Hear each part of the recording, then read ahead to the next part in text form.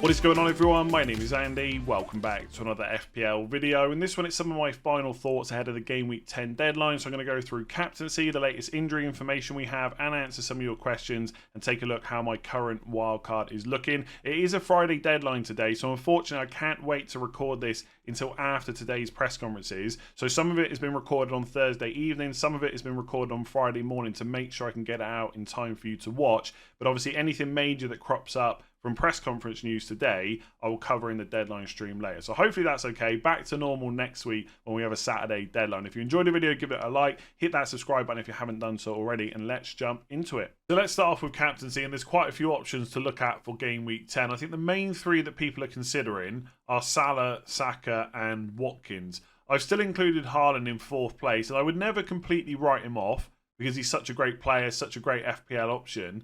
But I think because of the fixture on paper, Man United away, it feels like another good week to go against him. It's not as good a week to go against him as when he played Arsenal away, but I still think so many other players have much better fixtures that it's probably worth backing against the crowd this week, because a good amount of people will still go for him. I know that Man United aren't playing as well as they can at the moment, and everyone remembers last year when Haaland destroyed Man United, got a hat-trick and 2 assists, I think it was, but that was in the home game. Away he blanked and Man United won 2-1. Not saying that will happen again, but I don't think it's necessarily a huge score for Haaland this week, so I will be looking to go against him. After that, it's probably Son in 5th place. And then in 6th place, it's just whatever differential punt you want to go for. Another Arsenal attacker maybe, like Martinelli or Odegaard. You could go for Darwin Nunez, Luis Diaz, those kind of players. Diaby, Mitoma, whoever it is, right? You can pick, whoever you like. But I think the top 3 picks are definitely Salah, Saka, Watkins. Now, I've kept Salah at the top. Obviously, he's absolutely smashed it the last couple of weeks. I think on paper, he probably has the hardest fixture. Like Forest at home is probably a little bit harder than Sheffield United at home and Luton at home. But I don't know if there's much in it. And when you look at the expected goal involvement numbers, Salah is putting up 0.73 per 90 minutes this season compared to 0.63 for Saka. And what is that, like 0.54 for Watkins? Now, Watkins' goal threat is a little bit higher, but he's a forward, so he doesn't get any points for clean sheets. And obviously doesn't have penalties either. Whereas Saka takes some and Salah takes all of them for Liverpool. So I just think the midfield factor, plus the fact they've got almost as good fixtures as Watkins, means that Salah and Saka are better. And I'm always going to prefer Salah over Saka for captaincy. I think if you're someone that wants to go without Salah this week and you want to captain Saka, perfectly good choice, right? He's great. He could absolutely outscore him. But I think if we were free hitting and picking whoever we wanted, Salah probably would be the number one. And look, Nottingham Forest, the defence hasn't been bad this season, but it's not like it's an impenetrable defence or anything like that, right? We all had Turner last week against Luton. Luton scored 2 goals. So what do you think Salah might do at home, right? At Anfield, it's not an away game or anything like that. So yeah, I think on paper, Salah's just been so good recently. He's the only option from Liverpool, really, in terms of safety of starts, minutes and stuff like that. And I like Saka, and I like Sheffield United at home more, but I don't think it's enough for me to go against Salah. So Salah's going to be the number one, then Saka, then Watkins, then Haaland, then probably Son, then just pick whoever you want. So Newcastle have picked up a couple more injuries since their Champions League game, which might have a knock-on effect for some FPL players that you're thinking about. So Eddie Howe on the injuries picked up by Alexander Isak and Jacob Murphy this evening. He said it was a massive blow to lose both players. Alex doesn't look too serious, but it's a reoccurrence of his groin problem, and Murph's is a shoulder problem. We're hopeful neither are serious, but Jacob's probably looks like it is. So Jacob Murphy looks like he's probably going to be out for a little while. If that's the case, then someone like Almiron probably gets the biggest increase in minutes because it's usually one of those two that plays on the right. I can't even remember how much Almiron is. I don't think he's really an option for FPL right now. He is 6.4 million, so he's quite close to the price of the likes of Mitoma and Diaby, who are probably a little bit better given the fixtures. So if you really want Almiron and you were worried about minutes, then maybe this is a plus. But I don't think for many people they're going to suddenly be looking at him. With Isak, Eddie Howe says he doesn't think it's that serious, but given that that problem kept him out recently, that is obviously a worry for FPL. So if you own Isak, it is time to sell. The one player that really gets a benefit for minutes when Isak is out is Wilson. But I just think with Champions League games, I'm not convinced that Wilson can play weekend, midweek, weekend consistently. I still think they might have to rest him at some point. So I think overall, this makes Wilson a better option, right? It has to, because his main rival for that position is out, but I'm still not sure it means he starts every single Premier League game. I'm pretty sure he's going to start against Wolves, and Arsenal at home is so big he'll probably start that one. But Bournemouth away in game week 12, possibly, right? We'll have to wait and see. But if you want Wilson, this is probably the time to do it. The other player that I think now gets a massive boost in minutes is Anthony Gordon, that people have been looking at anyway. But this is a guy that, I don't know if he's actually done it for Newcastle so far this season, but he can play number 9. I think Eddie Howe has mentioned that in the past. I think he's done that for England under 21s as well. Harvey Barnes is out for a while, so he's got no real competition on the left. Isak is also out, so he's not going to play there. Joelinton, maybe, because he did that last year. So I think Gordon can play there. He can play through the middle, and he can also play on the right as well. So if Eddie Howe doesn't want to play Almiron every single game, and he finds another solution for left, then Gordon can play on the right. So I think overall, if you were ever concerned about Gordon's minutes, they're probably about as good as they're ever going to be right now. So for 5.6 million, I still like him. I just think the fixtures they've got, they're not too bad, but they don't make me think I've got to have one of their attackers. But for 5.6 million or less, Gordon probably is one of the top options. The only other injury to talk about, which kind of came out before the Champions League, was from Craig Hope, who's a journalist that covers Newcastle. And he said Sven Botman is facing at least another 2 weeks out with a knee injury, hasn't trained with the team yet. So I think that came out quite soon after their last Premier League game. That was tweeted on the 21st of October. So if we're looking at 2 weeks' time, you're looking, around November the 5th at the best time he's going to be back. So that would be him missing probably game weeks 10 and 11 and no guarantees back for game week 12. So if you're holding on to Botman, he's probably someone that's got to be moved on. The biggest increase in minutes with him out is obviously the sales. He's pretty much nailed while Botman's out. And he has actually gone up to 4 million. Now, as a short-term pick for Wolves away, fine. You're probably not expecting a clean sheet against Arsenal anyway. And then he may or may not play against Bournemouth. I just still don't know if he's worth going for. If we receive news that Botman has suffered a setback and he's out for a long time, all of a sudden Lascelles becomes a really good option. But I just don't know if it's worth blocking that Newcastle spot, right? Trippier's still great. Dan Burn, if you want someone cheap. Botman, when he's back, is going to be an option. Gordon, we just spoken about. Wilson now might be better with Isak out. There are potentially quite a few Newcastle players you might want at some point. Even if it's not now, from game week 17 onwards, the fixtures get really good. And yes, of course, you can just transfer Lascelles back out, but you never want to spend loads of transfers on £4 million defenders. So I will probably ignore him. I have considered him on my wild card, but I think it's still worth going without. We know that Brighton have got a good fixture run coming up, and we talked about their possible options on the game week preview, but since then we've seen their lineup versus Ajax, which might give us some indication of who's going to be starting in the league. So this is what they went with. Steele in goal. We're not going for either of their goalkeepers. There's just too much rotation worry. In defence, it was Milner at left back. Obviously, they're having problems there. We still don't have an update about Estepinian. Veltman right back. Now, he has started a lot of games in the league, and he's only 4.4 million, but I'm just not sure I fully trust him. I think I'd rather just pay 0.1 million extra for Gay at Crystal Palace instead. The centre-backs were Van Hecke and Dunk. Now, you can view this one of two ways. Either Igor isn't first choice, which is why he didn't start, or he just got a rest, because he has started back-to-back games in the Premier League. Now, I think if you were really looking for a massive punt, for a cheap defender with great fixtures, hoping that Brighton finally gets some clean sheets, Igor could be the one. But for me, it's probably just a risk too far. I think there's other players in my wild card, at least, that are just, I'm not 100% sure about. So I don't know if I want to add another one to the mix. Dunk is the only defender that's going to start every single game when fit. But at 5 million, I don't think he's an awful choice, but it does become a little bit harder to justify versus like a Gay at 4.5 million, a Burn at 4.7 million, etc. But if you think that Brighton can turn the defensive performances around because of the fixtures, I don't completely hate Dunk. The midfield was Adingra on the right, Mitoma on the left, and then Gross and Gilmour in the middle. Gross is another player that should start most games. I don't particularly like him from an FPL point of view, though, because I just don't think you ever can be 100% sure about exactly what position he's going to play. But as a nailed-on option with the fixtures they've got, you could look at him. And if João Pedro is not on the pitch, he'll probably take penalties as well. I think Mitoma is fine. I've talked about him a lot this week. He did play 90 minutes, but I don't think that necessarily matters. They don't have a huge amount of options to play on that left anyway, especially when Adingra is playing on the right because of Solly March being out. Now, yeah, so Mitoma, I think we talked about enough, right? 6.5, great option. There's a question coming about him later as well. I think Adingra is an interesting punt at 5 million. The same price as Cole Palmer now.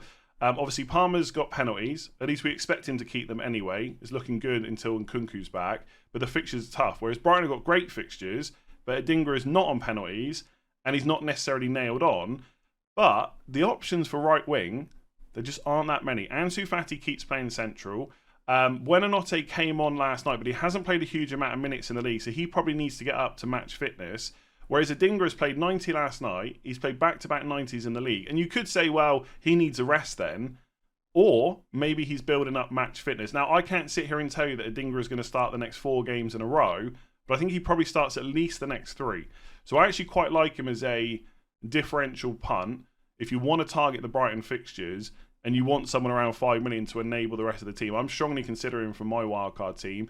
And then you got Ansu Fati up front. His minutes just aren't good enough. He's also 6.5. So I think in that case, you just go for Mitoma if you want a Brighton player.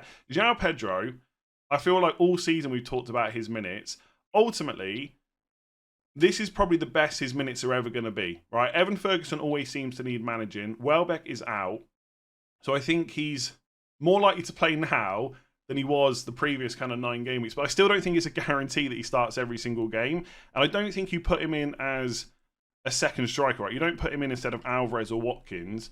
So he has to be a third striker. I'm not sure he's good enough for a 3-4-3. So then he has to become your 8th attacker in a deeper squad. Now, I don't necessarily think that's a bad choice, but I think most FPL managers watching this don't like playing the game like that. So I would probably ignore him. Just on Evan Ferguson, because he didn't start last night, I think it's almost guaranteed he starts against Fulham at home.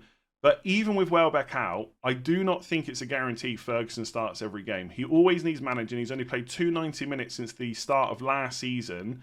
And they've shown last night they can play without him and Welbeck. So I just think most Brighton players are a risk too far. I think Mitoma's good at 6.5. I think Dunk is an option at 5 if you want to spend that extra money. But obviously, Estupiñán's the one we really want.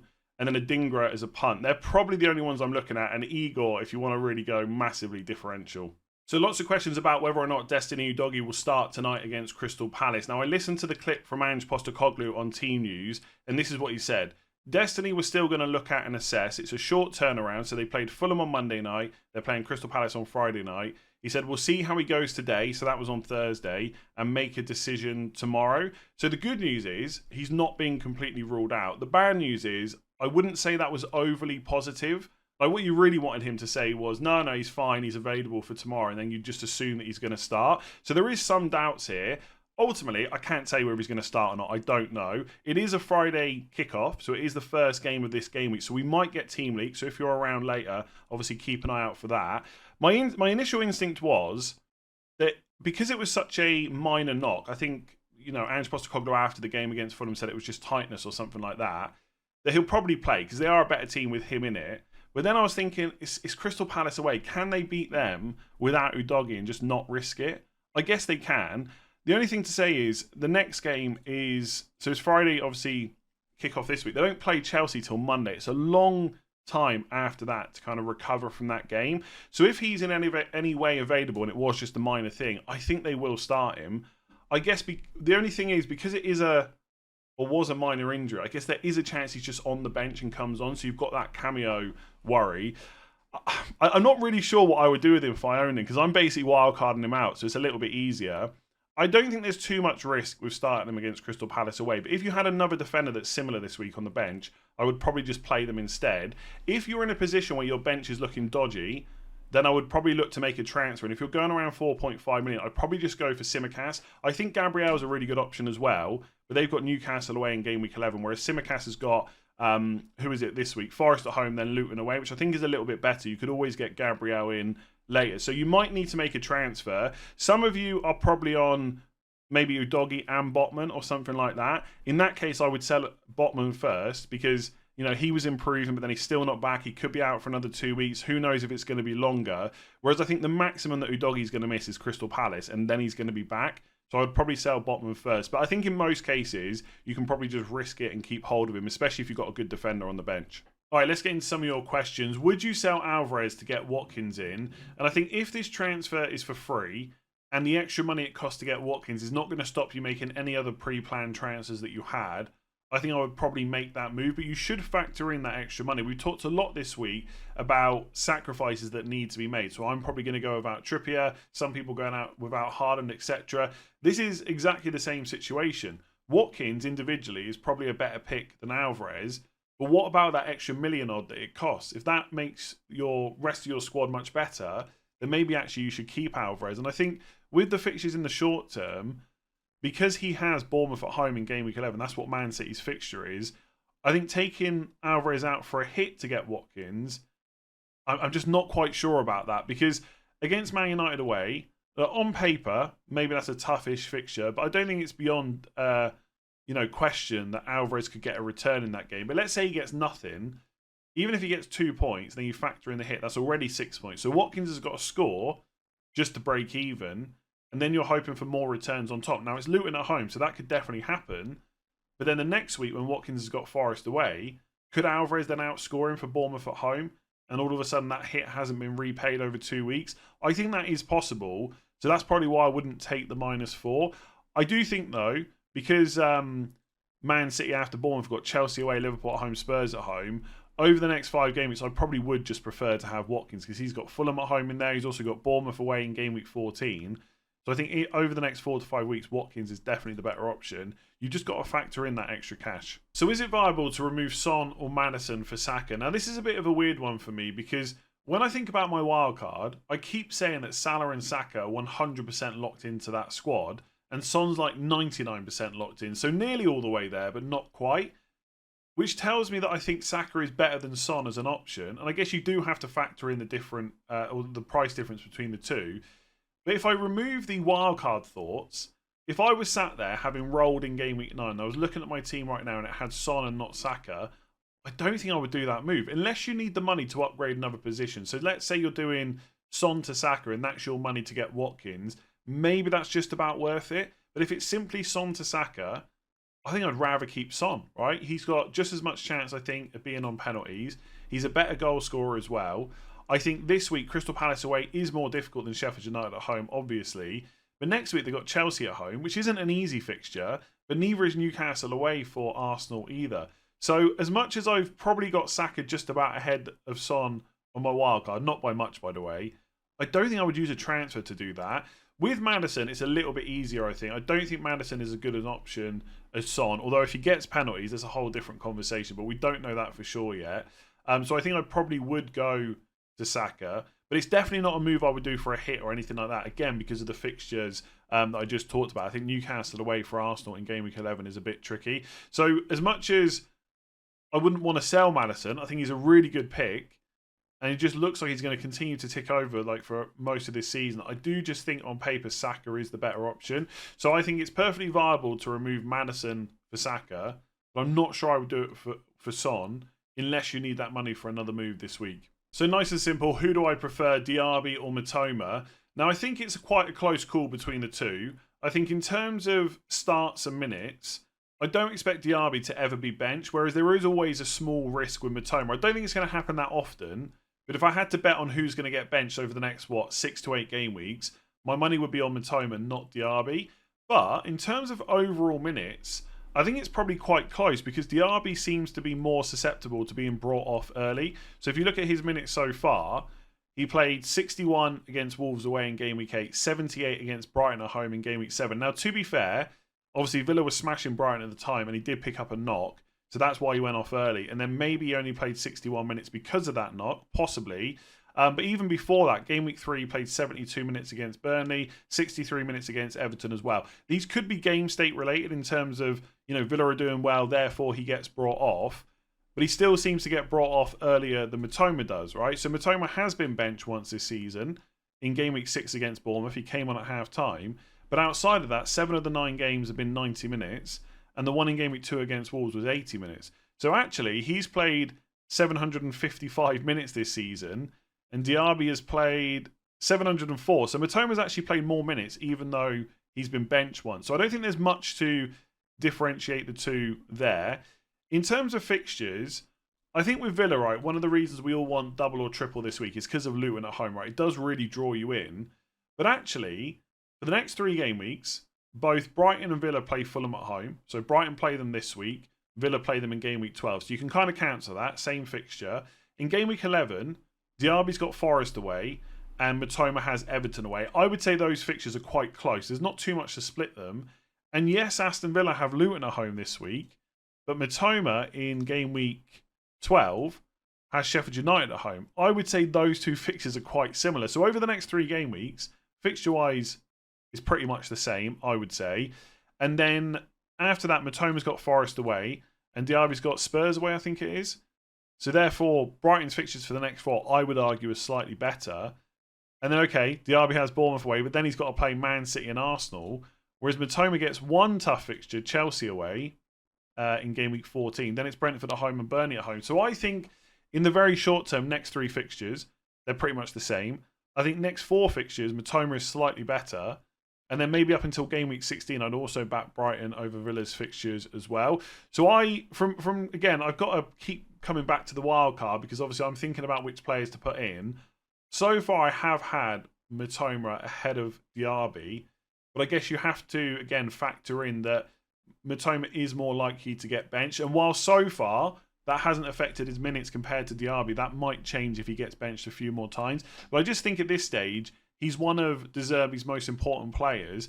And also because of the injuries they've got, I'm not sure how often they can afford to rest him. At the end of the day, if he needs a rest, he will get it, right? I get that. But I just don't think it's going to happen enough to make him a bad option. And if they both start the next 3 games, I think Mitoma is the slightly better option.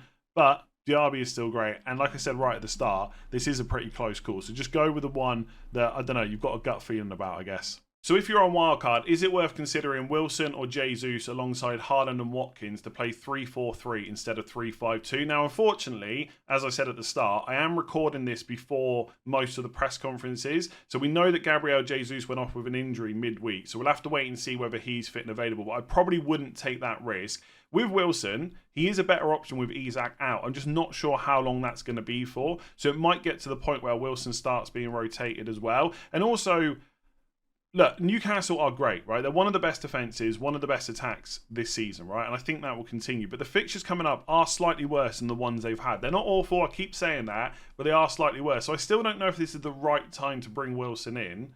But I do think without Isak, his minutes get better, and obviously he's first choice penalty taker as well. So he's not a bad option. But at his price, around what, the 7.8 million mark, in a 3-5-2, I can have like Martinelli, who's got Sheffield United and Burnley next 3 games, which should start all of those games, I would say.